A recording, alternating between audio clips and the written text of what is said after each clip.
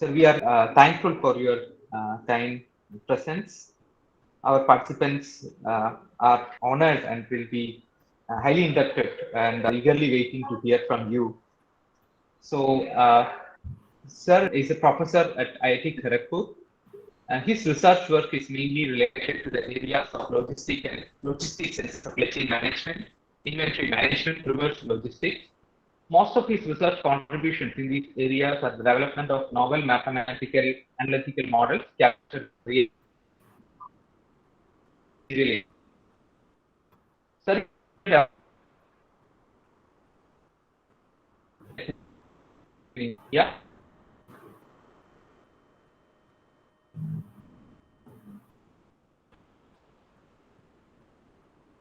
Some disturbance is going on, is it? Am I audible to you? Yeah.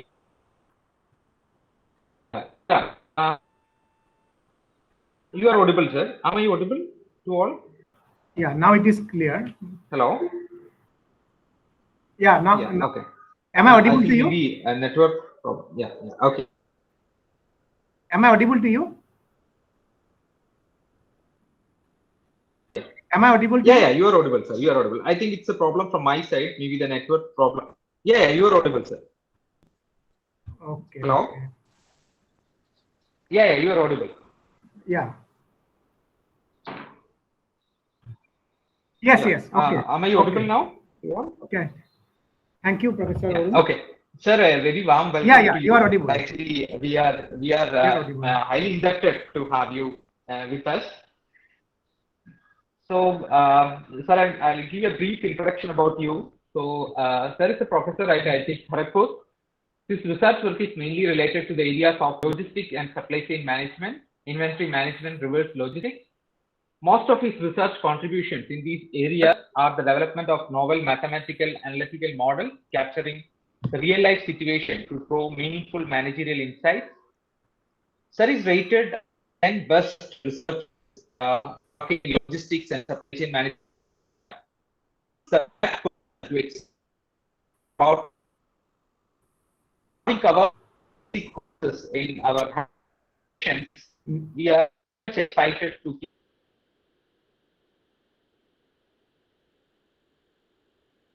hear from Sir. Sir is having a number of industry projects. Usually, at operator.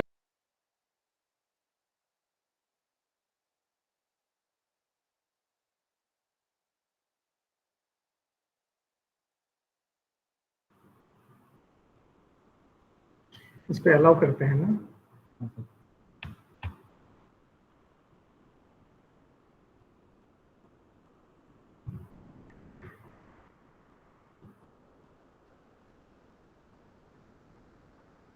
Thank you, Professor Dr. Arun.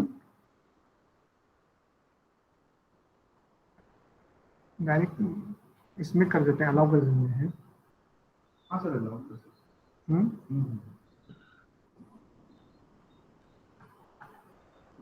Sir, over to you. Thank you. Yeah. Yeah. Okay. Thank you. So then, thank you very much, Dr. Arun. Then, and thank you all the participants. Good evening. Good afternoon to all of you. Good afternoon, sir. Good afternoon. So, my slides are visible to you.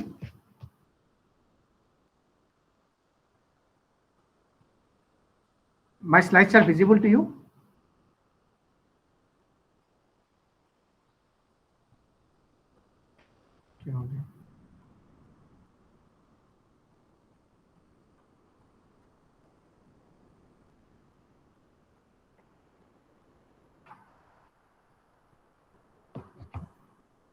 My slides are visible to you. Am I audible to you or not? Not, no. Yeah, audible, sir. Slides are not yet visible.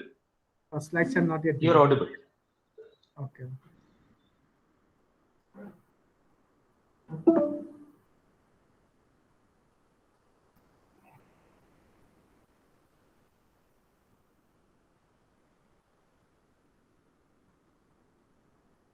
Yeah. No. Is it visible now? Yeah, now it's visible. Oh, okay. Shall I put it in Yeah, full screen? yeah, full screen. Yeah, you can put it full screen. Okay. This can be Okay. Yeah, that's fine. Okay. Okay. So once again, good afternoon to all of you, and welcome to this lecture. That basically, I will discuss the introduction about the supply chain management. So I will cover the basics of supply chain management. Okay.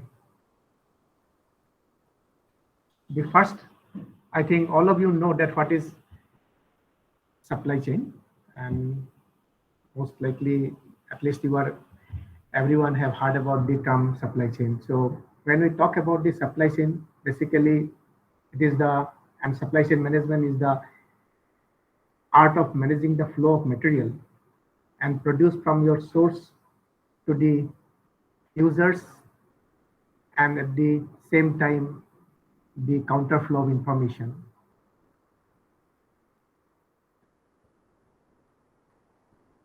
And it encompasses all the activities directly or indirectly in fulfilling a customer request. Okay. Now, when we talk about the supply chain, it starts from your upstream member, that is at the one end the supplier who is supplying the raw material, and the other hand, and the other extreme, that is called as the downstream member of the supply chain, that is your customer.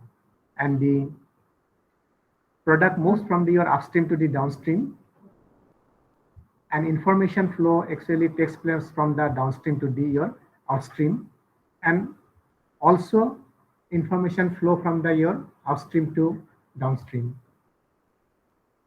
So if you say that information flow in the supply chain is bidirectional, whereas product flow from the upstream to your downstream member, and finance flow in the other direction. Now, when we talk about this, your supply chain, the customer is an integral part of the supply chain management. Looking at the customer, we have the all management aspect actually taking place. I will just show you that a very common type of supply chain, which is a manufacturing organization supply chain, which is if you look at this one, you will see that is on the upstream end, that is from the supplier end, that is supplying the raw material. It is coming to the plant, then it is going to the different warehouses, and from regional warehouses it is going to the field warehouses, and from the field warehouses it is going to the different customer location. So here there are many activities that takes place for managing this flow of material. Sir, sorry So to plan to interrupt. procure the material from the supplier. And, yeah. Sorry to interrupt, sir. The slides are not moving. Yeah. If you are navigating this, we can only see slides are not moving. We can only see the first.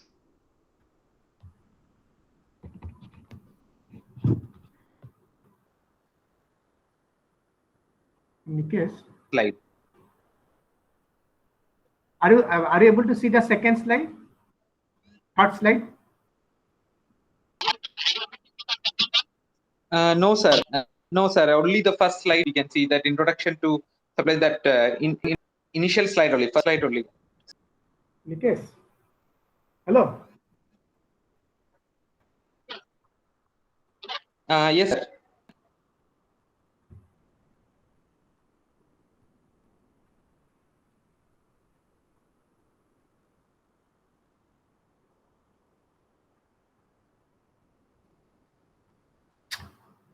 I don't know where is the problem actually. Is it moving now? No. No, sir. Sir, you can once again share the screen. Maybe can share their desktop. Now it's moving. It's moving now? Now it moved to the, yeah, it's moving. Okay. Okay. So when we are talking about, now it is the slide number 3, it is visible to you? Yeah, it's visible, sir. You can also put in full screen mode, sir, slideshow mode, maybe. So it will Okay. more visible. Okay. This is fine. Yeah. This Okay. is fine. Okay.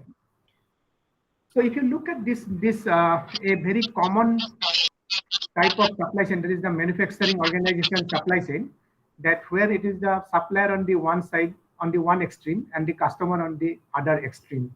And the supplier who is supplying raw material to the manufacturer that is coming to the plant, and the plant is actually, after producing the product, sending it to your regional warehouses, and from regional warehouses it is going to field warehouses, and field warehouses it is actually transporting to the different demand points.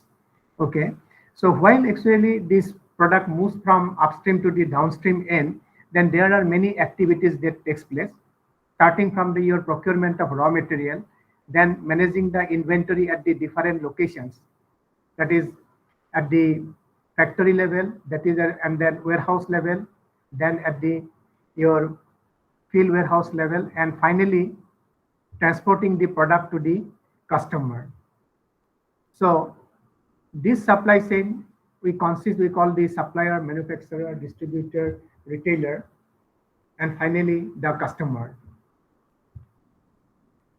If you look at this one, that the information flow in this supply chain takes place in both directions, that is from the upstream to the downstream and from the downstream to the upstream. So information flow, we call it as your bidirectional.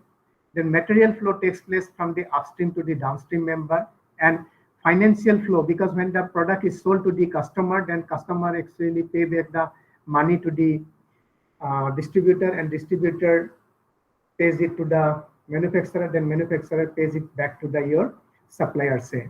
So the material flow on from the upstream to downstream, and the financial flow takes place in your opposite direction. So I am audible to, is it audible to you now?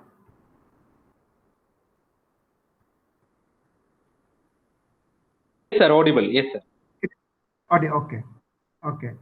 So now Audible, see sir, that most of the supply chain that today we are encountering are decentralized supply chain. Decentralized supply chain means there are various entities, and these various owner of these entities are different.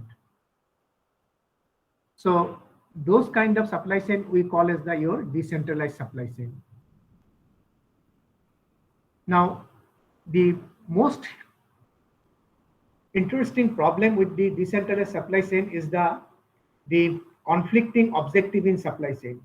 Now, the conflicting objective takes place even within your single firm also.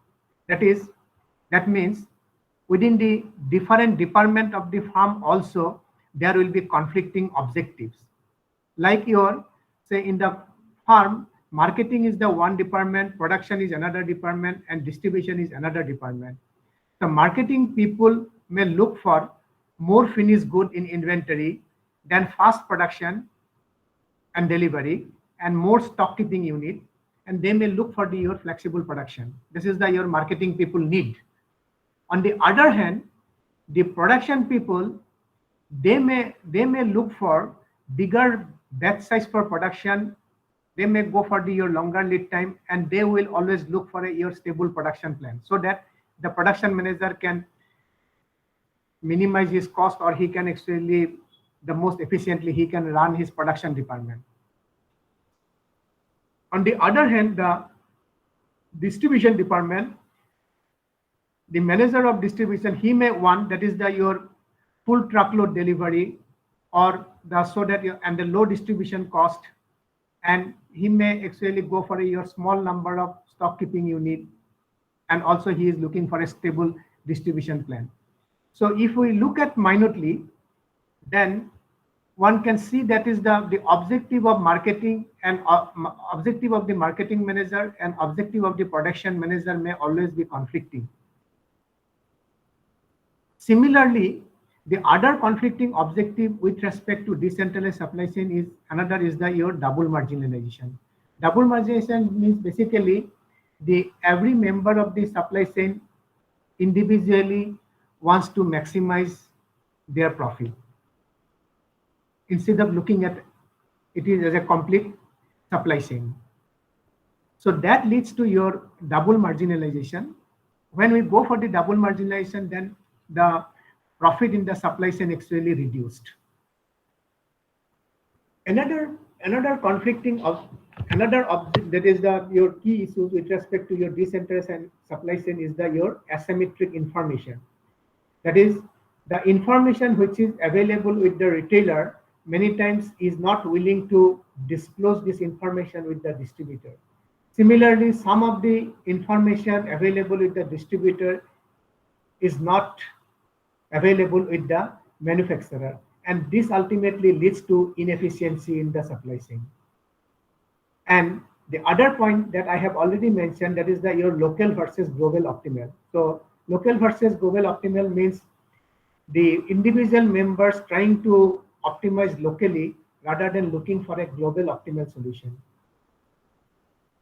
This all leads to your inefficiency in the decentralized supply chain. So how to overcome this inefficiency is one of the major challenge for the supply chain manager. So how to reduce remove the double marginalization, or how to actually this conflicting objective can be minimized. These are the important questions that to be addressed. If you look at this one, this is a figure I'm just showing you that in the decentralized supply chain, what happens that the individual members or individual entity, they are looking at their own profit instead of looking at your overall the supply chain. So here in this boat, on the one side, there is people where it is sinking in the water and the water is actually coming inside the boat. And the other people on the other extreme, they are not interested in the problem with the other end. So similar is the case with your decentralized supply chain. So when we look for the complete supply chain, then only we will be able to remove the inefficiency in the supply chain. Okay. Now, I am giving some of the example of different types of supply chain. The first one, that is what I showed, that is a manufacturing supply chain. That is example of a manufacturing supply chain. Here, if we can say that the customer first start from your customer. The customer wants a detergent and goes to the market. Then he will go to the supermarket, and the supermarket is taking the item from the third-party distribution center who is actually sending the product to the supermarket. Then Procter & Gamble or other manufacturer is giving your detergent to this distribution center. Again, this company is supplied by that when they are producing this item, then they are actually supported by plastic producer, then your packaging by someone, and chemical manufacturer, they are giving the items to finally producing this by company. And again, this plastic producer, they are supported by your chemical manufacturer, and the packaging thing is supported by another paper manufacturer, and the paper manufacturer is supported by your timber industry. So if you look at this one, then the entire supply chain, how it actually works. This is your simple a manufacturing supply chain. Okay. Then if I look an example of your petroleum supply chain, then how it works. Actually, the petroleum supply chain, again, if you see, that is your extraction of crude oil from the well, then crude oil is transferred to the refinery. Then refinery actually, after refining, it will go to the different storage tank, and from the storage plant, it will go to the different your distribution location. So this is again an example of your petroleum supply chain. Here, if you look at the petroleum organization is producing your 3 grade of crude oil from your 10 gathering centers, and the crude oil grades are lightweight, mid, and heavy, and each with different your API gravity and your sulfur content. Now, each grade may be exported to your for crude oil market or they use as a feed to local refineries.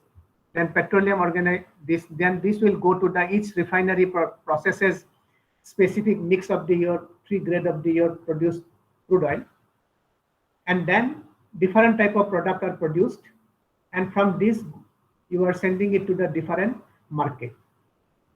So if you look at this problem again, this is a purely a supply chain management problem. It involves the production, the product mix, that how your different product mix you will produce, and then how the transportation will take place, and which distribution, which storage location, how much quantity you are going to send it, and then finally it will go into the market.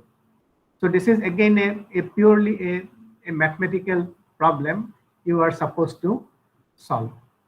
Another example I am showing it, which we actually did here in our department, that is with respect to the food supply chain. That is how the food supply chain actually works. That is and with respect to the Indian public distribution system. So here again how this Indian public distribution system works actually. The farmers or the producer, which is producing the grain, and it is procured by your Food Corporation of India. Then this food, after procuring this grain, that is allocated these grains to different states, because some states have a surplus in food and some states have a deficit in food. From the surplus state, the deficit state, food is actually transported, and from this state, then it is going to actually to the distribution of grains, finally going to your fair price shop. Okay, and from the fair price shop, it is distributed to the various people of the country. Now, when the distribution, then it is the other one, that is your central issue price that is given, and then from the Food Corporation of India is procuring, that is giving the MSP to your farmers. Now here also the problem is very interesting, that when how many quantity is to be procured from the different regions, and how this procured food grain is to be transported to the different state, that is by train, by road, or mixing of road and by rail. It is to be transported to the different state, and then from your state, that is in the various distribution, it is a warehouse from where actually it will be finally it will send to your fair price shop. This problem and challenges this related to Indian public distribution system. That is this is basically we did when actually 2013 the National Food Security Act was implemented. Then we can aim to actually provide 10 kg of rice to the various needy people. So how it is to be done? So this with confirmation to this your 2013 NFSA Act, this availability of your food grains to your fair price shops. That is your objective was to access of food grain by the needy people. And when we are doing these things, then we see that the need for your expansion of your public distribution center network and operational efficiency, how to increase your operational efficiency of your public distribution system.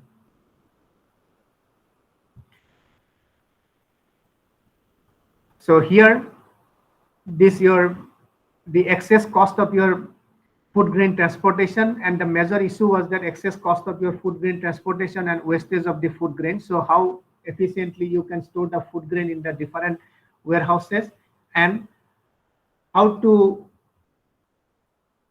best way transport your food grains to your different states.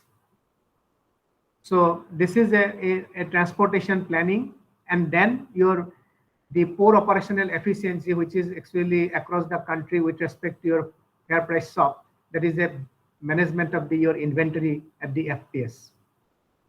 And finally, that is your delivery of your food grain to the poor urban and the rich urban people, poor urban people in your Indian public distribution system, and how to actually stop the leakaging of food grain in your FPS system. So this is a very interesting problem related to management of supply chain of food grains, from starting from your farmer to your delivery of food grain to the needy people.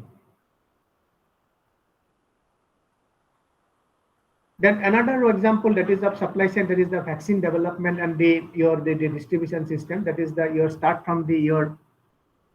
My slides are visible to you, no? My slides are visible to you? Yes, sir, visible. Yes, sir. So here again, if you look at this during the pandemic, that is your vaccine development and distribution things came. This is also again a supply chain management problem, and how this actually we can look at as a supply chain management. That is the research and discovery, then your clinical development, then manufacturing of the vaccine, then your launch and commercial, and then finally your post-market surveillance and your patient support. So this is again your sourcing, manufacturing, distribution, delivery, and to the customer, that is your patient. Another example of this your supply chain management. Then again, I am showing you another different problem related to supply chain management. That is basically the logistics problem, which is a urban solid waste collection system. Here, if you see, that is because nowadays you will find that every Indian cities are facing this your municipal solid waste, a problem. There are huge amount of solid waste are generated, and how this actually it is to be disposed of. And when I disposing it off, it's basically also involves a logistics problem. So how this is a logistics and supply chain management problem. The process of waste collection are your actually collection from the household to your collection bins, then transfer from your collection bin to your transfer station, and then from the transfer station, there is the transport from your transfer station to your processing plant, or ultimately to your landfill, and that is your disposal of waste on the landfill. So this entire process involves your actually it is a logistics problem. So if you look at this one, you will see that over the years, that is your particularly that high income group, that is your waste collection rate. If you see that in the high income countries, that is waste collection rate is 98%, whereas actually the lower income group country, the waste collection is 43%. And in the lower income group, you will find that is the waste disposal of this your lower income country, that is nearly 59% is sent to your landfill. Now,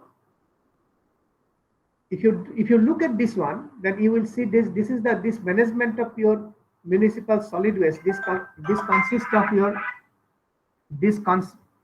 municipal consists of your multidisciplinary activities, that is starting from your forecasting of your waste generated, then the collection of this waste, and if it is a process, then it is the processing of the waste and your disposable of the waste. So this waste collection, if you look at this waste collection, accounts for your 60 to 80% of your total cost. 60 to 80%. So if you look at from here, that starting from the collection from the home, it is coming to the bins. From the bin, it is actually taken by the smaller vehicle. Then it is taken to the larger bins, and from the larger bins, it is taken by a larger size vehicle and transported to your transfer station. And from transfer station, again, it is actually taken by another big size vehicle. Either it is going to your processing plant, or either it is going to the landfill. So if you see this problem, that starting from collection to this your ultimate disposal, that there are a lot of activities and it involves a substantial amount of logistics costs are involved. So how efficiently we can collect this waste so that we can minimize this your logistic cost for the collection of the waste. So this is another kind of problem I am just showing to you. This is actually, we did one problem for your Bilaspur city, that is the waste management for your municipality solid waste management for your Bilaspur city, and we use your GIS to actually notate the various waste generating points. Then we, after where how much quantity of waste is generated, then how the vehicle can be routed, that is the vehicle routing problem we solved for actually collection of this waste. Okay. Then another nowadays a very interesting problem that is coming, that is your last mile delivery. Last mile delivery has become a very important research issue nowadays. So here mostly that is last mile delivery means basically the final delivery of product to the customer. So this we also call that there is your city logistics. Basically, the city logistics plays a crucial role to fulfill the need of your growing urban population. Basically, nowadays because of your development of the e-commerce, the last mile delivery has become a very interesting problem. That how to solve this actually last mile, how to make the efficient last mile delivery of the product to the customer.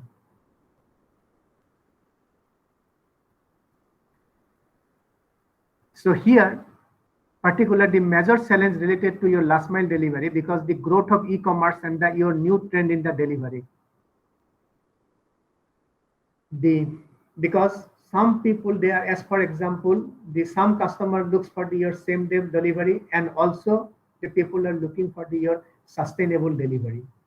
And this leads to your more freight movement inside your urban areas. So how we can efficiently deliver this product? So inefficiently this organize your freight flow have your hazardous, your environmental and your societal effect. As for example, your traffic jam, then your carbon emission, then your noise pollution, and your reduce your traffic safety. So all this problem it is coming because of this the increase in your last mile delivery. So how we can overcome this problem efficiently? If you look at this one, the benefits of the new city logistics system, that in the new system, what people are talking about, that the bigger truck, bigger vehicle, which will come, which are not allowed to enter in the city, they will be in the outside the city. They will develop some your urban consolidation center, which we call as your UCC. That is the hub, that is we call as your central distribution center. So from a far distance away, the material is coming by a very bigger size truck, which are unloaded in your urban consolidation center, which is located outside the city. And from there, by a hub and spoke model, you can say that there are some inside some smaller warehouses where the material are brought by the smaller vehicles. That is the spokes, that is the drop-off points for your delivery near your remote city areas. And now from these warehouses, that is you are going to the last mile delivery of the product to the customer. Now in this, what is happening in the city, there are many roads which will not allow to go for your large capacity vehicles. So in that case, you are delivering it through a smaller size vehicle like your 5-ton truck or 7-ton truck, like that minivan, through which you are actually delivering the product to this your end customer. So here you can see that inside this city, for delivery of the product, either you can use your electric vehicle or you can use your fossil fuel, that is your fossil fuel vehicle, that is the petrol or diesel vehicle. You can adopt, or you can adopt a combination of your electric plus the fossil fuel vehicle, the petrol or diesel vehicle, to reduce the carbon emission inside your city. Okay, so this your first, that when you are looking at this city logistics, that one is the aspect is your economic aspect, that is how the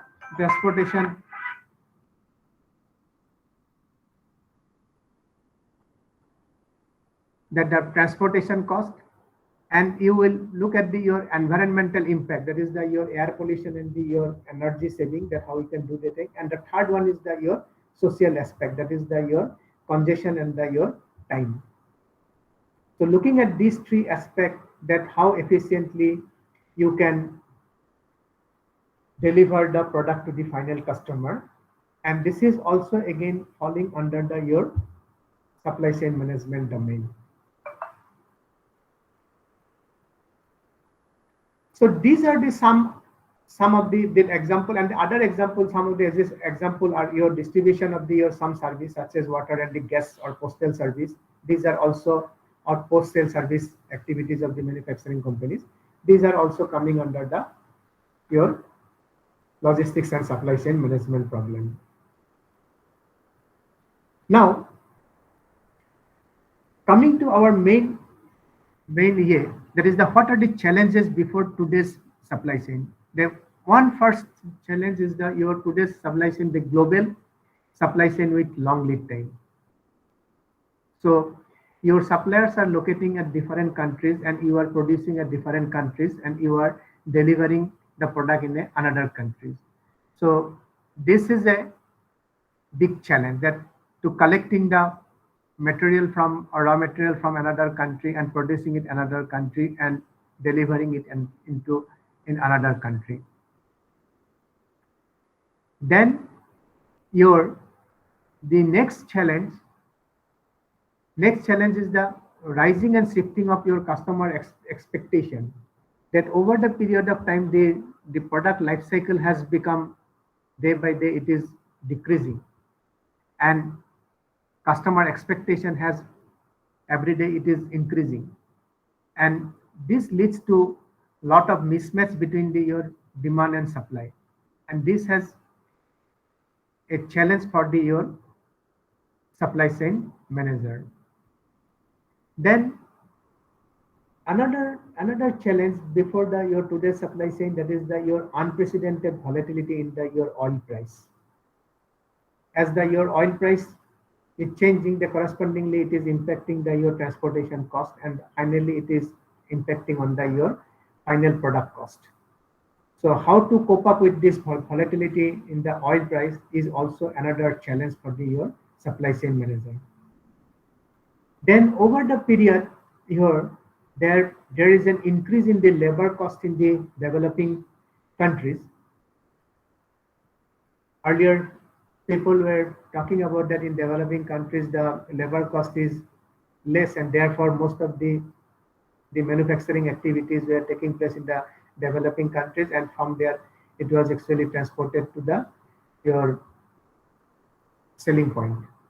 But over the period, what is happening, that labor cost also increasing in the developing countries. Then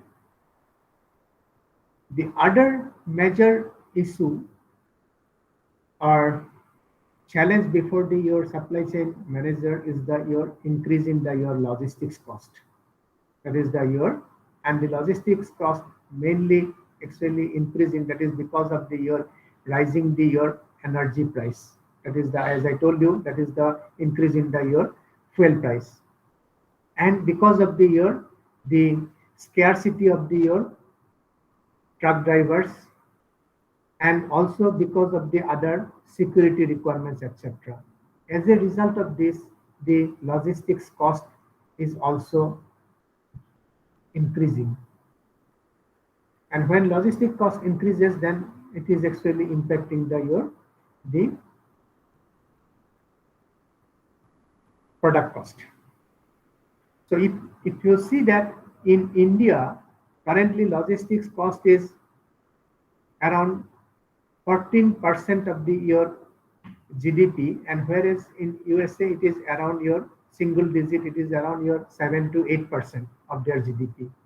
So it is a big challenge how to reduce this two-digit logistic cost into a single-digit logistics cost in India.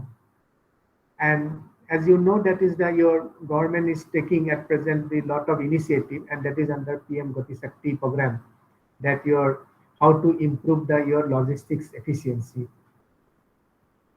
Say they have started your Bharatmala project and your Sagarmala project, like that. The number of ambitious projects have been taken up to actually reduce your logistics cost. Okay.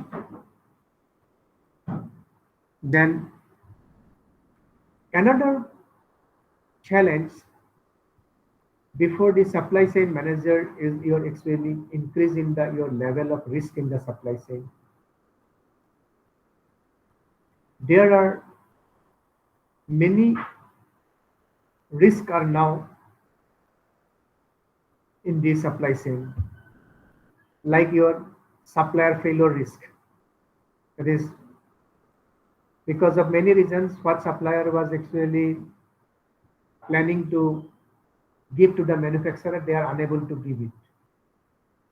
So supplier failure risk, price volatility, then your many other risks, that is your say commodity price volatility, then internal production quality failure, then lower consumer spend, then your supplier product quality failure. Like that, so many risks are, then IT risk, then your shortage in the management, then your other risk is your natural disaster, like your some earthquake or your fire or something like that, this type of your unforeseen event. So the supply chain manager has to take care of this. He has to actually think of about this different type of risk that may arise in your supply chain, and accordingly he has to take some preventive measure.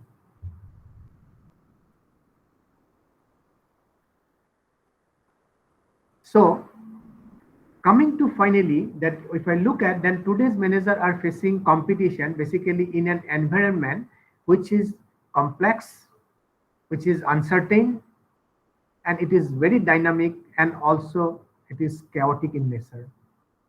So under this situation, the manager have to work. Okay.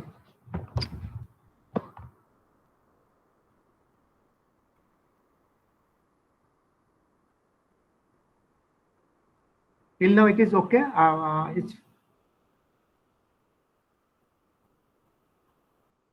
Yes, sir. Perfect, sir. Actually, we are you're audible as well as we can see the slides. Okay. Thank you. So you now see that how to manage this your uncertainty, because you're complex and uncertain as well as dynamic and chaotic. How actually this situation we will handle?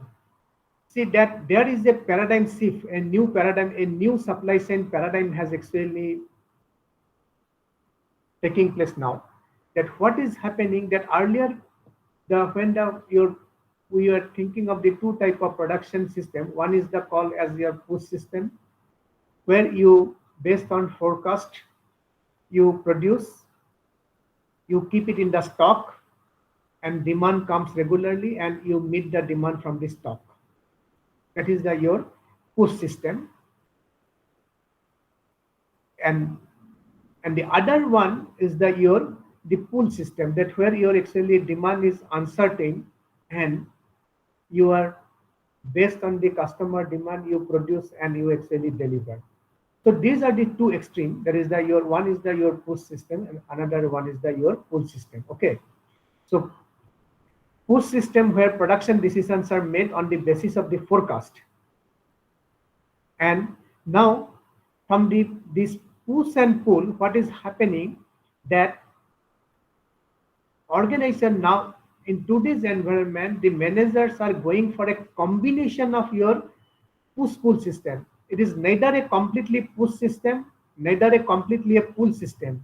It is a combination of your push and pull system. Some of the activities will be push and some of the activities will be actually taken as your under the pull system.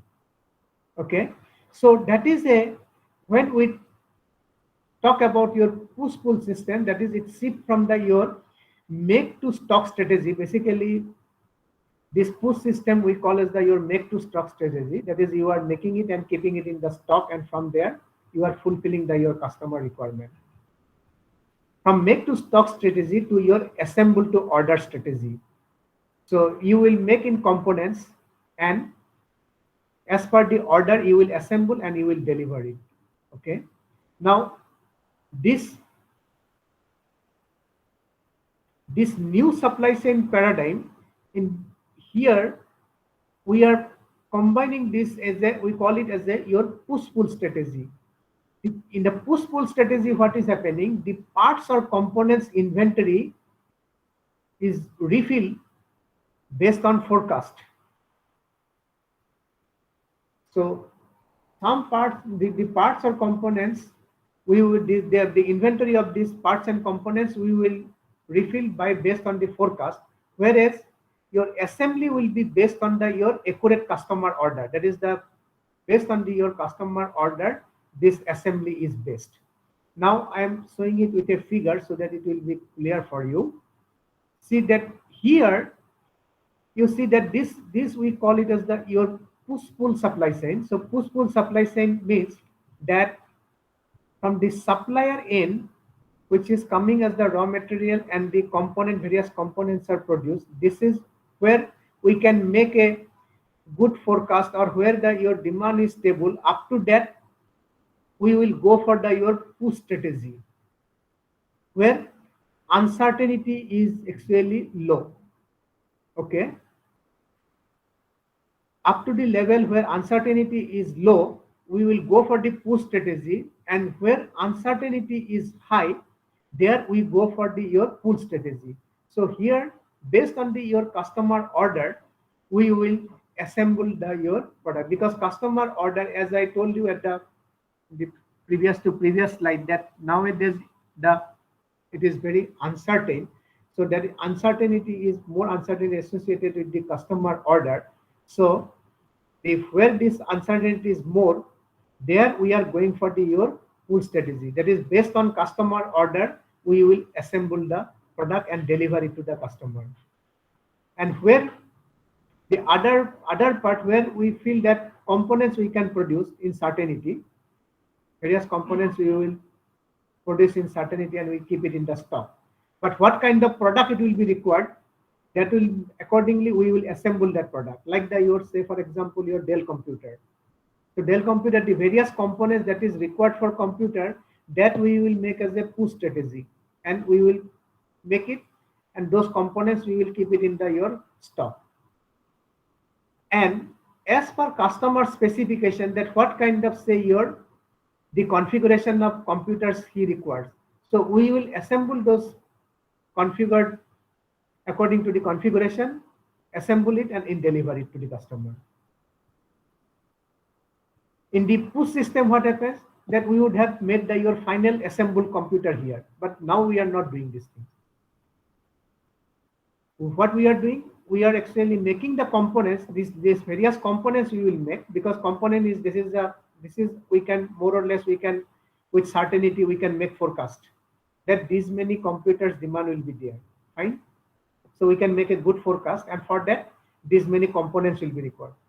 But what kind of say the configuration will be required, that will come from the customer, and accordingly say we will make the assembly and then we will deliver it. So that is why it is called a combination of your push-pull supply chain. That is the push and pull combination.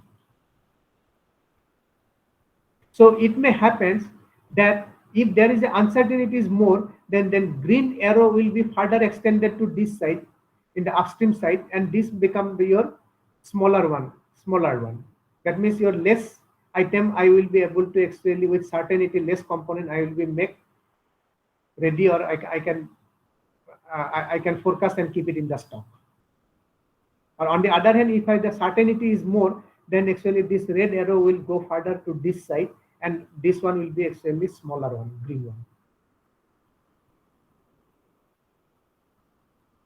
So this year now the major issue with this year supply chain is basically to achieve your strategic fit. What is the strategic fit? The strategic fit is basically the company's competitive strategy matching with your supply chain strategy. And if both the strategy match, then actually you will get your exact fit. Now, many times you will see that a company may fail because of your lack of this strategic fit, or because of its processes and resources do not provide your capabilities to execute your desired strategy. So the company's competitive strategy is to provide the product at the lower cost. But if your supply chain resources are not accordingly arranged, then you will not be able to deliver the product at the lowest cost. So that means this supply chain strategy and this competitive strategy that must match. Or suppose I want to say the company strategy is to faster delivery of product to the customer. Faster delivery, that is your competitive strategy of the company to win the customers. Now to achieve that, what is happening? The supply chain must have a distribution center nearby to the customer. If they do not have your sufficient number of distribution center nearby to the customer, then they cannot make faster delivery to fulfill your customer requirement. So that means this competitive strategy and supply chain strategy, they are not matching, and in that case actually there will be failure. So the main objective of the supply chain is always one should understand he should understand that what is the competitive strategy of the company and what is your supply chain strategy, and whether you are actually able to meet that or not.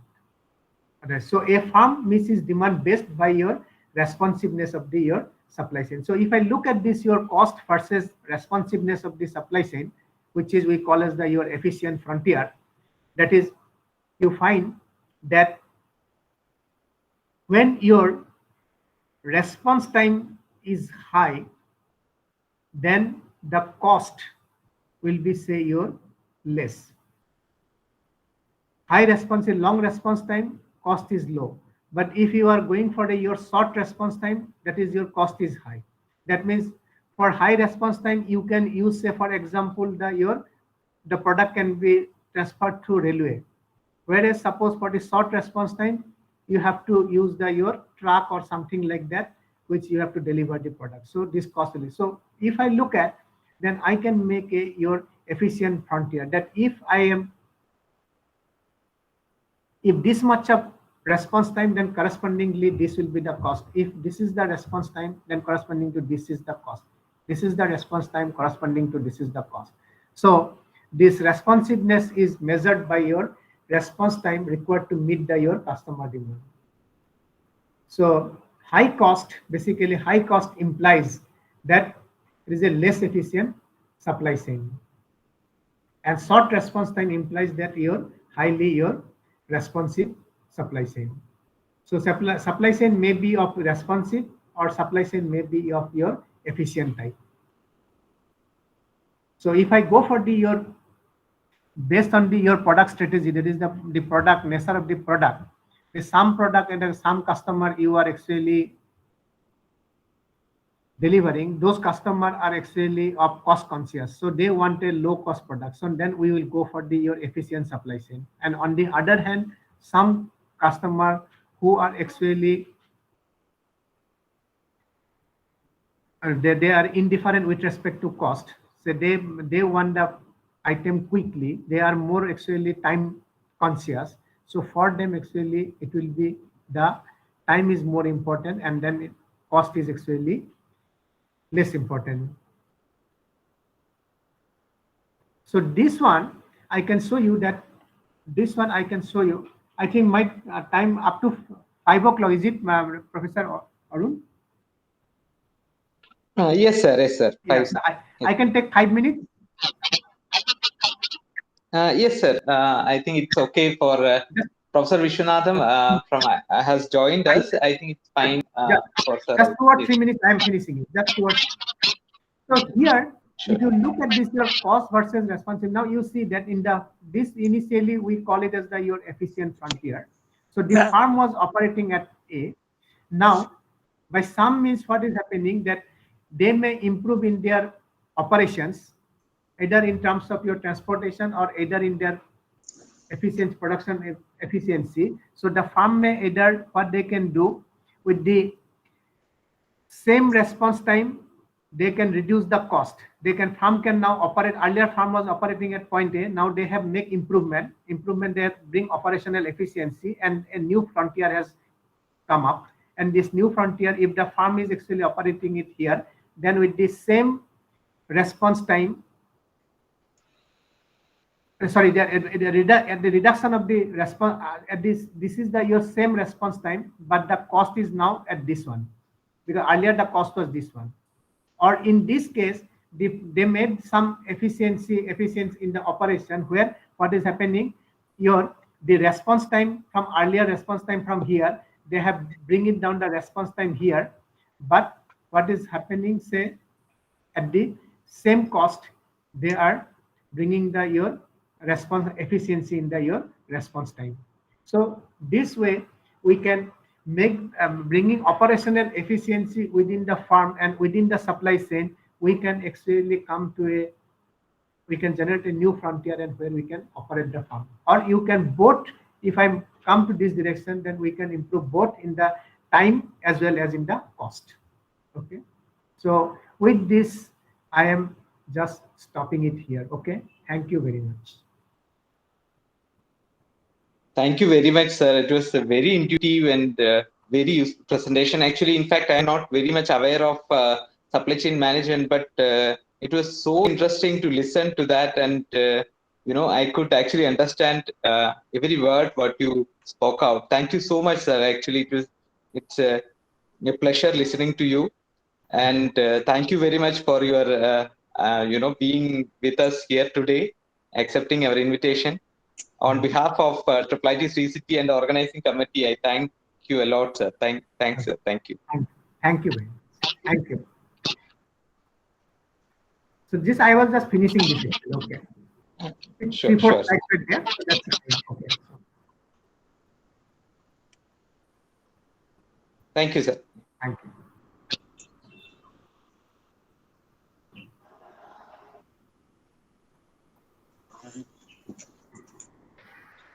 Sir, namaskar. Namaskar. Okay. Sir, how are you, sir? Doing fine. So, when did you move to Kanpur? Sir? When did you move to Kanpur? No, sir, I am not moving to Kanpur. That was then by mistakenly they have written that one actually. I have corrected it. Okay. They were mistakenly actually, they wrote it as the Kanpur actually. So I told them that you kindly correct it actually. So they have corrected it. Yes, sir. It's sorry, sir. It was a typo from our side. We corrected it again. Sorry, sir. Actually, yeah. They corrected it, sir.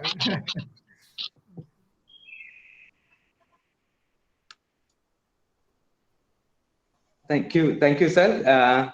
Thanks again, sir, for the kind lecture. So, participants will move on to the next lecture. We are actually very glad to have Professor N. Vishwanathan with us. Thank you very much, sir, for kind enough for being here. Actually, it's a pleasure and honor to have you, and we really appreciate you for joining this FDP. So I'll give a brief introduction about you, sir. Then you can take it over. So, participants, we are really lucky to have Professor N. Vishwanathan with us. Sir is a professor at IAC. He's a professor. He's INSA Senior Scientist in Computer Science and Automation at IAC. He had several prestigious profile before joining IAC in this position. He was a professor and executive director for the Center of Excellence, Global Logistics and Manufacturing Strategies at ISB, Hyderabad. He was deputy director of the Logistics Institute Asia Pacific and also professor in Department of Mechanical and Production Engineering at National University of Singapore. He was a faculty member at IAC from 1967 to 1998. He was chairman of the Department of Computer Science and Automation from 1990 to 96 and chairman of Electrical Sciences Division from 97 to 98. He was Tata Chemical Chair Professor from 92 to 97. He was INEA Distinguished Professor at IAC during 2011 to 2013. Sir is the recipient of the 1996 IAC Alumni Award for Excellence in Research. He was conferred the Distinguished Alumni Award in the year 2009 by Council of the Indian Institute of Science. He was awarded the 2012 Professor S.K. Mitra Memorial Award by the INAE. Sir is a fellow of the IEEE, a fellow of INSA, Indian Academy of Sciences, Indian National Academy of Engineering, and the World Academy of Sciences. Actually, there are a lot more accords to him. We are really honored and grateful for him to be with us. Thank you, sir. Thank you once again on behalf of IIIT Sri City and organizing committee. I welcome you to the session. Thanks again, sir, for joining us. It's really an honor to have you. Thank you, sir. Thanks very much. Can you hear me? Yes, sir. You are audible, sir. Okay. So, very nice to talk to you guys. I would have liked to physically. Yes, sir, please go ahead, sir. I will navigate the slides. You can say next slide. I will navigate the slides. Yeah, but it's very difficult because it goes on and so on and on. Anyway, this is about not the supply chain network, but supply chain redesign that's happening. Because if you watch the TV, if you read the newspapers, or if you see the entire system, what is happening is everybody says supply chain are getting disrupted. And this is affecting the retail. This is affecting your food supply chain and several others, and also pharmaceuticals and so on. So this one is I will first present a few slides about the ordinary supply chain, and afterwards tell how do you redesign in the wake of these disruptions. Next slide, please. So this one is the supply chain networks of 2010 to 19. And the 19, all of us know that this disruption happened because of the COVID. And also there is the Russian-Ukraine war and so on. And so on.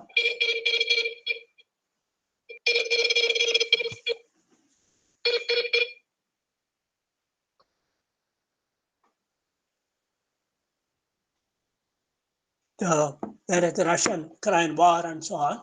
So there are a lot of risks. How do you counter those risks and so on? So I'll present the final network design and so on. Next slide, please. So the supply chain networks of 2010, 2019. Next slide. Yeah, so if you take any product, there is a supply chain behind that. Let it be. Yes, please, next. So SCN is a group of independent companies, design, manufacture, warehousing, and retail, and so on. So for example, you can have all the examples. The aim of the supply chain is to deliver quality product at low cost. This you take auto, supply chains, electronics, your computers, apparels, and so on. And components are sourced from several countries because supply chain is global, and it is transported, assembled, distributed, and customers all over the world. So if you take any of these cell phones or anything, they are manufactured somewhere in Taiwan and assembled in Singapore and transported to all over the world. So components, companies are independent. I mean, all these companies which are there, they're independent.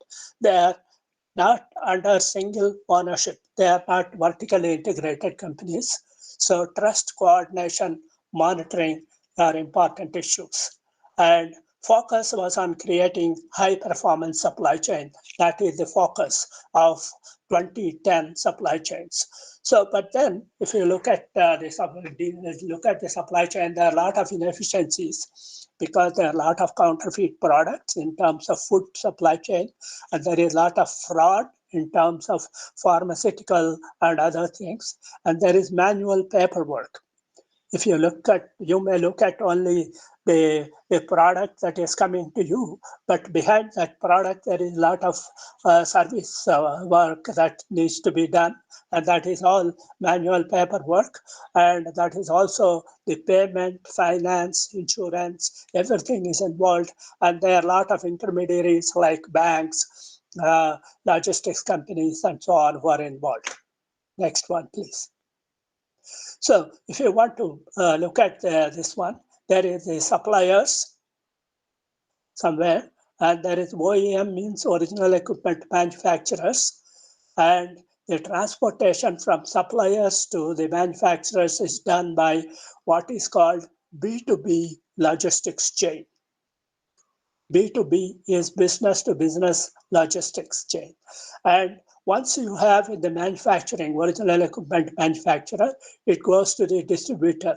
In other words, you manufacture and then send it to the warehouse of the distributor and to the retailer, and also finally to the customer. Now, when customer buys this is called B2C logistics, business to customer logistics. And when the customer gets, there is also what is called service logistics that is involved. Supposing you buy a computer or you buy a cell phone or something, if there is a problem with this, then you want to get the service parts, and they are all either given by the supplier or by the original equipment manufacturer, and there is the service. So if you look at next slide, next please. So if you look at the entire supply chain network, there are suppliers, there are manufacturers, and there are OEMs, OEM original equipment manufacturers, and there are distributors, retailers, logistics providers, repair and maintenance companies, and banks, because the whole thing has to be financed and so on now. So next slide, please. So if you look at the map, the entire supply chain, this is the map. There are N tires, and what you usually see are the original equipment manufacturer, and the tier 1 suppliers who are there, and tier 2 and so on, and then distributors, and finally to the customers. So there is goods, information, and financial flows that happens across this. If you look at the entire network, how many people are there? There are 15,000 companies to deal with in the auto supply chain. If you take the auto supply chain, There are 15,000 of them all over the world who are there in this multi-tier supply chain. So there is also goods information and financial flows. Next slide. Next, press it. How is this happening? This is happening because the products are what are called modularized. In other words, if you take a particular product, the product has components, is made into various components. Each components can be manufactured independently, and they can finally be assembled here. So that is what is happening in all this. So modularization of the products has led to what is called globalization, because you want to manufacture the particular product in low-cost countries. So that is how all this happens. So if you take mining and then to make various kinds of small this one, and finally it goes to the manufacturer and to the distributors and customers and so on. Next slide, please. So if we look at the logistics that is involved in this, for example, because of it is global, there is for example, when it goes from this one, if it has to go via the Africa. But there is what is called this Panama Canal, and that is the one that is saves the Suez and Panama canals. They altered global trade because they saves so much of ship distance. And similarly, if anything is going to North America from something, so South America, it has to go via the Pacific Ocean. But there is this Panama Canal, which basically changes this whole thing. So there are a lot of logistics innovations that happened in recent time and during the last 20 years, where you have all these Suez and Panama canals, and this one happened. But if you look at what happened in recent times, if you look at what happened in recent times, these Suez and Panama canals got disrupted because there is the flow of the components from one place to the other has happened because of the wars, because of the pandemic, and so on. Most of the things come from China and Taiwan and others, and because of the pandemic and war problem, this has got affected. All the ships they were basically waiting for something to happen. Of course, now I think things have changed a little bit and so on. Next slide, please. So these are the global supply chains that has emerged. How modularization of the products, outsourcing and so on, and container shipping and so on, Suez and Panama canals and so on. Next, please. And globalization created employment in low-cost countries and workforce migration across cities and so on. Next slide. And software developers actually, Arun, there is this something which is this one. What is this? Can you? Which one, sir? Software developers such as SAP. This one, sir? Yeah, it is coming in the middle, and yeah. So anyway, the internet, wireless, sensor networks facilitate greater visibility, and shipments are controlled through track and trace capabilities and so on. So yeah, next slide. So performance measures are lead time, cost, quality, and flexibility. I think this is the 10 to 19 supply chain has, if you ask anybody, there's a lead time. I want low cost product, high quality, and I want it to be flexibility. It is a small car, big car, middle car, and so on and all that. So next slide. So there are several disruptions are happening in 2019 to now. Yes. So there is, first thing is there is what is called Industry 4.0, where you start with the Industrial Revolution and industry, this one. And now we are in what is called Cyber Physical Systems or Industry 4.0, where you have a lot of new technologies like IoT and so on. So that in the next lecturers are going to talk about the new technologies and so on. So there are a lot of disruptions. The powerful external forces impacted ASEAN are COVID. Because of COVID, there are lockdowns and there are military conflicts, there are cyber attacks, there are trade wars. What are trade wars? Trade wars means now they say, look, we don't want to take it from here and so on. High inflation and accelerating climate change. Now you can see that the climate has changed so much that there is the accelerating climate change. And why is the climate change is important for the supply chain? I'll come to that. Russia-Ukraine war added more troubles to this. Next slide. Next slide.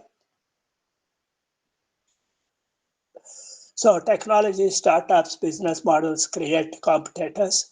Defense spending is rising. Even India has started spending more time, recruiting more people and so on. Next. And deglobalization. Now, earlier till 2019, there is globalization. That is, people are moving this one. But now it has started deglobalization. That is, people are not moving to other countries. De-urbanization. Now, a lot of people, workers, particularly laborers, they used to move to the big cities, and now they are going back to their villages and so on. Localization. Localization is from globalization. You want to manufacture everything in your own country. That is, Make in India is one of those projects. So the agenda is supply chain resilience.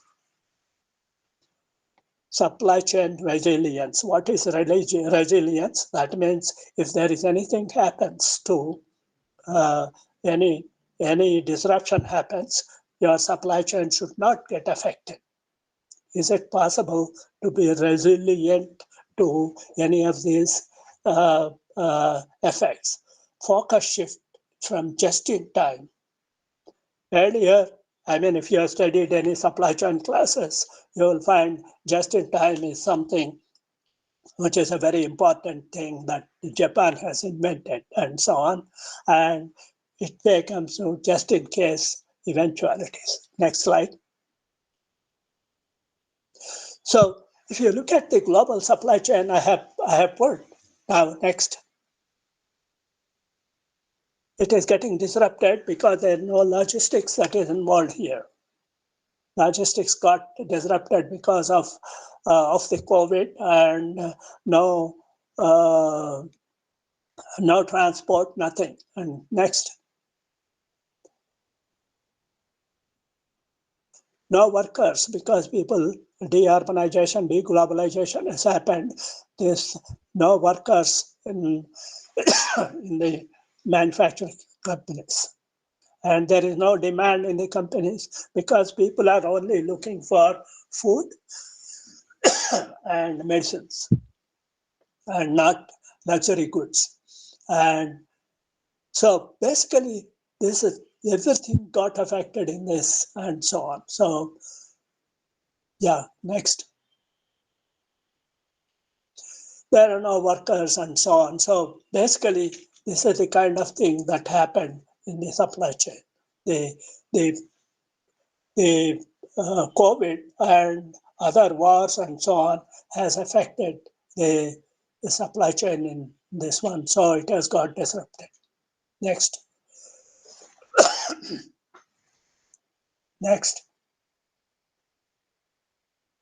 So it has turned to localization. Next. So, but then another thing is competition has changed. That is, only in times when the competition is between two the same companies. In other words, if you have an auto company, you are competing with another auto company. If you are basically have manufactured a Ford or any other thing, and so basically, and the tech services, if you are manufacturing basically cell phones, another cell phone companies and so on. So there is competition has changed and new technologies are coming in. That is digitalization. That is all the things are getting digitalized. Big data-based decision making. You want human decision making to basically based on the data and new business models. You don't want to own anything. You want to orchestrate the ownership and so on using software and service, not products. If you look at some of the big products like tractors and so on and all that, nobody is buying a tractor who want to have a service. And similarly, this has happened to taxi services also, because you don't want to own a car, you want to take Uber whenever you want to go. Similarly, this has happened like this. Data are not oil, and collaboration, not acquisition. So these are all the kinds of things that has happened. Next, please. Smart connected products are monitoring, control, optimization, autonomy capabilities, and so on. So next. So change from physical to digital nature of work, automation, communication, algorithm decision making, and so on. Change in nature of businesses, that is collaborative resilience, not ownership.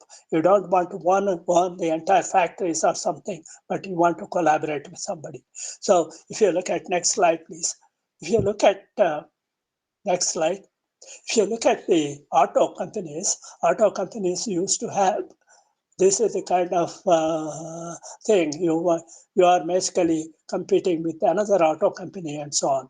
Whereas now, auto has various kinds of things like, for example, you have all kinds of this one software and opera insurance and everything, which are collecting this one. So the number of partners earlier used to be 2, now number of partners is greater than 30.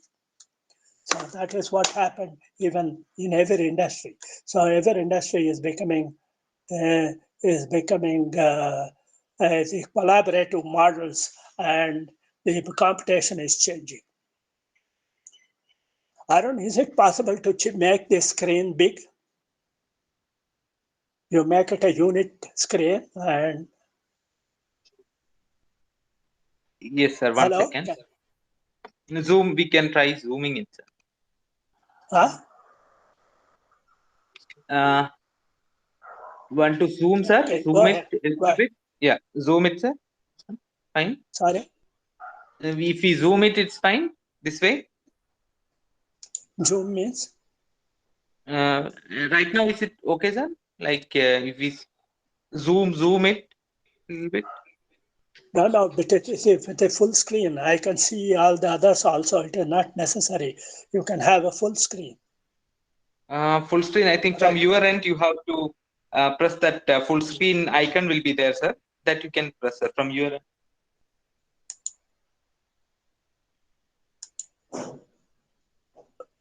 Yeah, it is larger now. Yeah, go ahead. Now, next yes. slide. Yeah, so if you look at the life cycle, the average lifespan of a company used to be 60 years in 1958. Today it is 18 years. What does that mean? In other words, companies are dying in less than 20 years. What do you mean by companies dying? I mean, either they are closed, or they are basically acquired, or they go merge with some other fellows and so on, or just get out. So basically, this has happened in recent times because everybody thinks, oh, I can work with that company and so on. This is happening with a lot of things, and this is one of these slides that is a very important slide. Next. So basically, what are they? How do you do? So I have talked about several risks which are happening. Risk countering redesign strategies. What are the risks?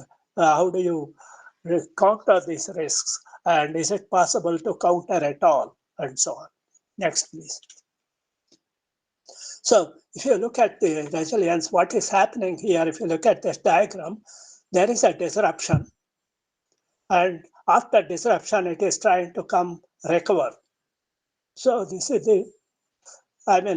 very simply a triangle. The smaller the triangle, the disruption is less. So next. So supply chain resilience is the ability to respond and recover from unexpected events at reduced recovery time and disruption severity. Shareholders need to identify nodes and processes that are outside acceptable tolerances and so on. So this is what is called resilience triangling. Smaller triangle means resilience is less. The resilience is more. Next, please. So if I look at this diagram, I have two graphs. One is this is greater. If it is greater recovering very fast, and this is recovering slow. So non-resilient company and resilient company. Next. So resilient companies enjoy better outcome than peers, immediate impact on performance lower than the peers, and the speed of recovery is higher than the peers, amount of recovery is higher than the peers. So this is what we want to design and so on. So if you want to design this, next slide, please. Analyze the current supply chain. Yeah, go ahead. So map the globally distributed supply chain, about 35,000 companies. Like I have shown you the map of a supply chain, and identify the product services it offers. Next. Standardize components across multiple products and source high volumes to enhance resiliency. In other words, if you are getting something, get much more than earlier, and monitor your supply chain for competition for risks. In other words, supposing where are you sourcing this from? If you are sourcing from China, then there is going to be a problem. If you are going to be sourcing from Taiwan, then there may be a problem in terms of this. So like this, so depending on the country, you should be able to map the entire supply chain. Yes. So you identify local suppliers and this one. In other words, supposing you're getting some product, supposing you're manufacturing cell phone and you're getting some products from the cell phone, or you're manufacturing a laptop, you're getting all the electronic circuit boards and so on from Taiwan. Is it possible to get it from somewhere else where there is no problem and so on? So reuse and electronic auto components from waste so that you can reduce the reduce the cost and so on. Yeah. So anyway, Toyota did this. Next slide, please. Next. So Toyota has strengthened the supply chain like this. There is what is called, there is one problem. The issue is, if I have a supply chain, is it possible for me to identify the risks that are going to happen? In other words, if I'm getting the suppliers from China, I'm getting another suppliers from Taiwan, suppliers from Burma, and the whole manufacturing is done in Singapore and so on and all that. And also, my suppliers are taking their loans from the banks, and if the bank failure will apply your supplier. So is it possible for me to basically look at what is called a control tower operations so that I can basically predict what is going to happen in the future? Of course, this is something which is very, very, very new that I'm talking about.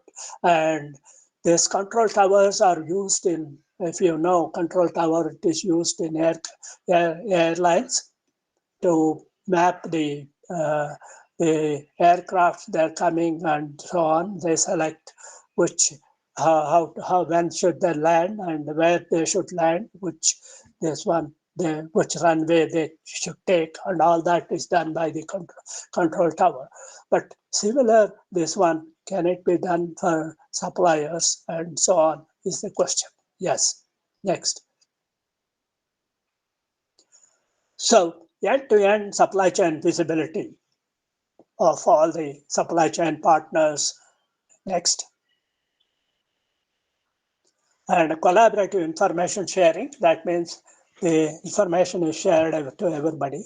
They resolve supply chain disruptions when you disrupt their business, and use predictive and prescriptive decision support analytics. I don't know if you have done the big data analytics, then you know based on the data you can do predictive analytics or prescriptive analytics using decision support tools to predict what is going to happen. Autonomous decision making and control takes robot and human boost productivity and so on. Next. Cognitive self-correcting supply chain with decision making and machine learning. So you can use machine learning and artificial intelligence, use the data to do all these kind of capabilities. But the design of this control tower is for supply chains is something new, which not yet being done by most companies. Next. So how do you redesign the supply chain? Having talked about this one, the network redesign. So you have 4 options. You want to stay where you are and prepare for consequences. Most of the companies, if you look at, that is what they did.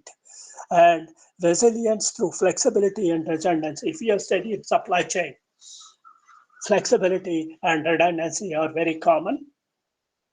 And you can continue with that and partner with a platform owner, and you can have agile eco-friendly platform with SMEs closer to the customers and so on. You have a lot of SMEs. You can basically create a business ecosystem platform with resilient anti-fragile capabilities and control tower for risk prediction. I mean, basically, this is my own, and it's going to come out in a paper soon. Yeah, go ahead. Next. So partner with a platform owner. This is next, please.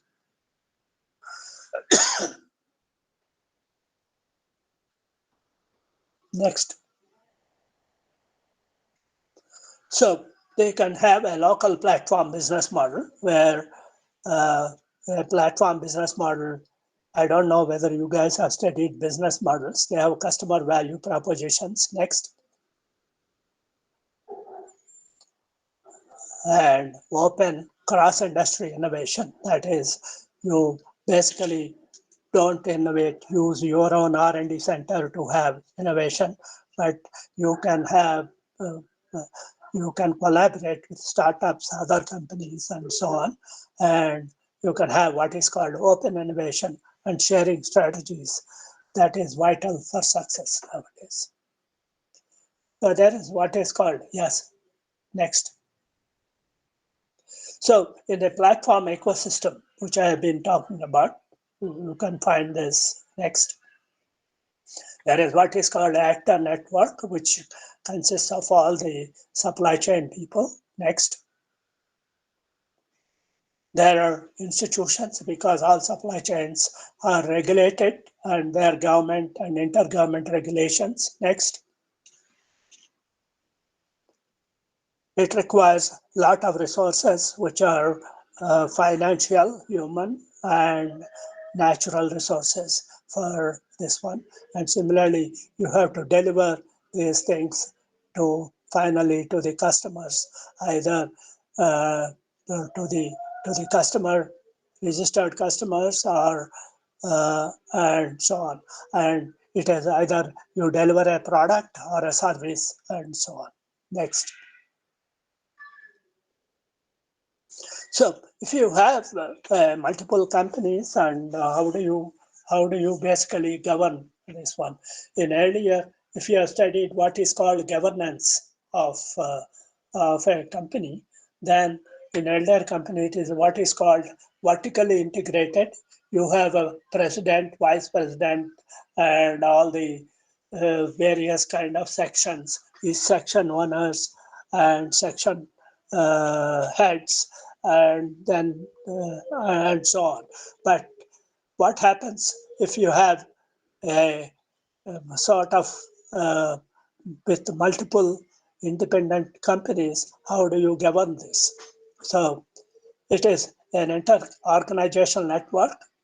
So for each order, if you are getting an order for a laptop or a supplier or for an auto, it is formed. You have a separate chain that is formed. Next. And partner selection based on next. And coordination. Once you have the partners, you have to coordinate who does what and when. And execution. You monitor the entire status. This is the diagram. Next. In this diagram, you have all these partners. There is the order 1 to n and so on. And for each order, you form a network. You select the partners, you coordinate, and you execute. And your control tower will tell you what are the kind of risks that it has, and how do you monitor those risks, and what you do, how do you execute so that your products are delivered to this. Next. So this is what is called business continuity planning. Identify key supply chain nodes and evaluate the risk and map critical components and evaluate and audit business continuity planning and so on. Next. And the platform performance 24/7 monitoring and so on. Next. So however, supply chain risk, accessors may face difficulty in detecting the risk upfront, a lead time available between detection and impact of the risk, and the cost of recovering from risk event, investment required to put mitigation strategies in place. It is not easy, but it can be done. So what are the talents that are needed for all this? So you should have deep domain knowledge about your company and also practices of the particular, this one, if you are in auto, you should have deep domain knowledge. Who are the best companies? What are the products? How do you what are the services that you need to offer and so on. Build capabilities for management, procurement, acquisition, partner selection, and so on. You should have management, this one. And relationship management, you have to basically have trusted relationship between all the partners, customers, suppliers, service providers, governments, and so on. Next. And capabilities to identify, continuously redesign, and manage processes to change the market needs. So basically what you need is recruiting the right talent, training and monitoring them requires appropriate performance tools. So basically that is the big problem that all the companies are going to face in the future, because you have to first find out what is the trend. And that is where you can find a lot of people are doing AI/ML courses, and also they're basically training people how to do the software coding and all that and so on. Next. So what are the conclusions? Future normal of nations is supply chain networks are subject to disruptions from unknown sources. Right? So if you sometimes you know the sources, sometimes you don't know the sources. They need to rewire to withstand disruptions. And end of globalization, urban migration, and vertical integration. These are all the three things that 2010-19 supply chains have great this one. And you should develop what is called ambidextrous capabilities for navigating disruptions. That is, you should be able to work with both right and left hands for this one. Next. So this is a chimera. A chimera has two heads, two tails, and so on. That is what the company should have. And platform companies should work with complementers, application process informers, technology softwares, and will emerge. And resilience, anti-resile, local distributed networks with digital flows, automated decision making will be the new normal. Try to be in the state of autarky, independent, self-sufficient, without external aid, close economy in some, and functional in some, internet or others. If you say, can you have everything, the product manufactured entirely within your own country? The answer is no. You need some of the products. For example, in pharmaceuticals, there are a lot of things that you need from China. And can you manufacture any of the cell phones or computers from here? You need from Taiwan and other places. So basically, you should be trying self-sufficient without external aid in some, and a closed economy in some, and functional international trade with others and so on. You should be both friends and enemies. For example, Germany imports a lot of oil from Russia, and it supplies a lot of war equipment to Ukraine. So both are friends and enemies and so on. Next. Yeah, that's all. It's done, I think. Yeah. Thank you very much, sir. It was very intuitive and a very nice presentation. Being not from a supply chain management background and from big data analytics and reinforcement learning background, I could see a lot of possibilities from your presentation and work on. Thank you very much, sir, for such a nice lecture. It was really, really intuitive. And actually, we respect the fact that your health and everything, not despite of that, you are really passionate the lecture and the knowledge.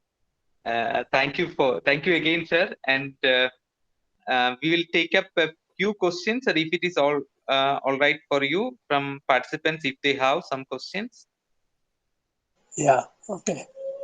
You can Yeah, close the. any.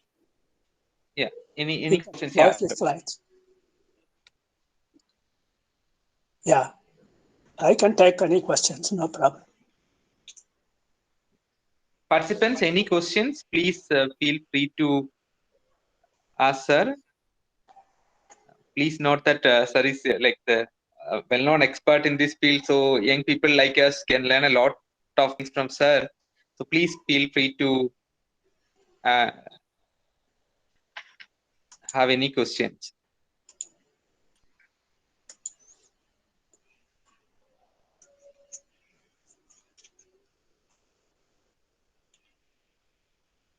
I'm sorry for this interruption.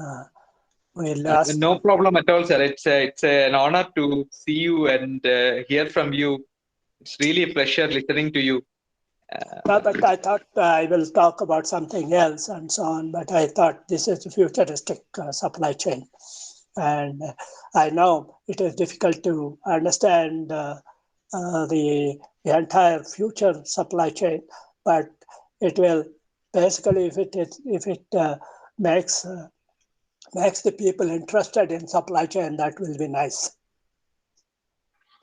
Then, Yes, sir. Thank you. I have given my email address. You can write to me or talk to me, and I am available on WhatsApp and email and so on and all that.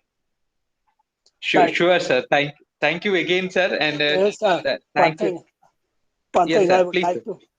Most people want to work on big data and others and so on, but here, if you look at tech and industry, for example, the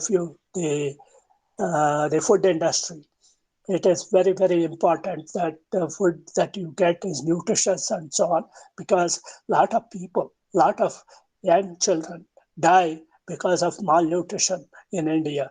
And also, if you look at the problems that people face, including old age and workers and so on, the food that you eat, is it nutritious?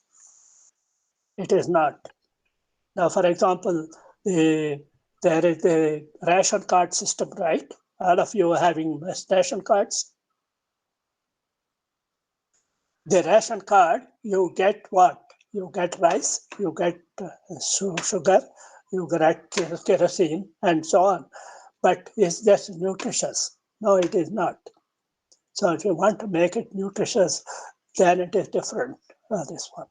I mean, I had, if you search my website, you will find, a secure food supply chain. And there you can use a lot of new technologies and so on. And a lot of people like Akshay Patra, Nandini in Hyderabad and so on, they follow some of my thoughts. Okay, thanks very much. And I don't want to keep you guys in this one. Thank you very much, sir. Actually, it's very informative, sir. We will be following your works, and we will try to contribute the way we can. We'll be definitely seeking blessings and guidance from people like you. Thank you again, sir, for on this wonderful lecture and for being with us. On behalf of IIT Sri City as well as the organizing committee, I thank you again for your kind August lecture. Thank you, sir. Thank you. Thank you. Everybody have a good evening. Thank you, sir. Good evening, sir. Participants, I hope we had two wonderful lectures today.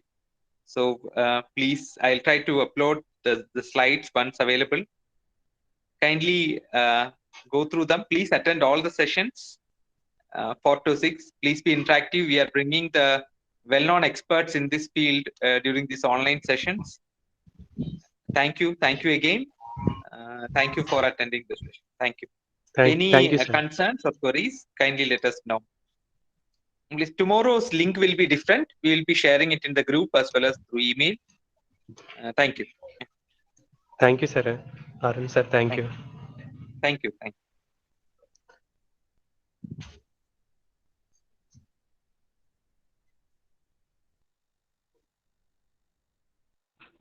Thank you, sir.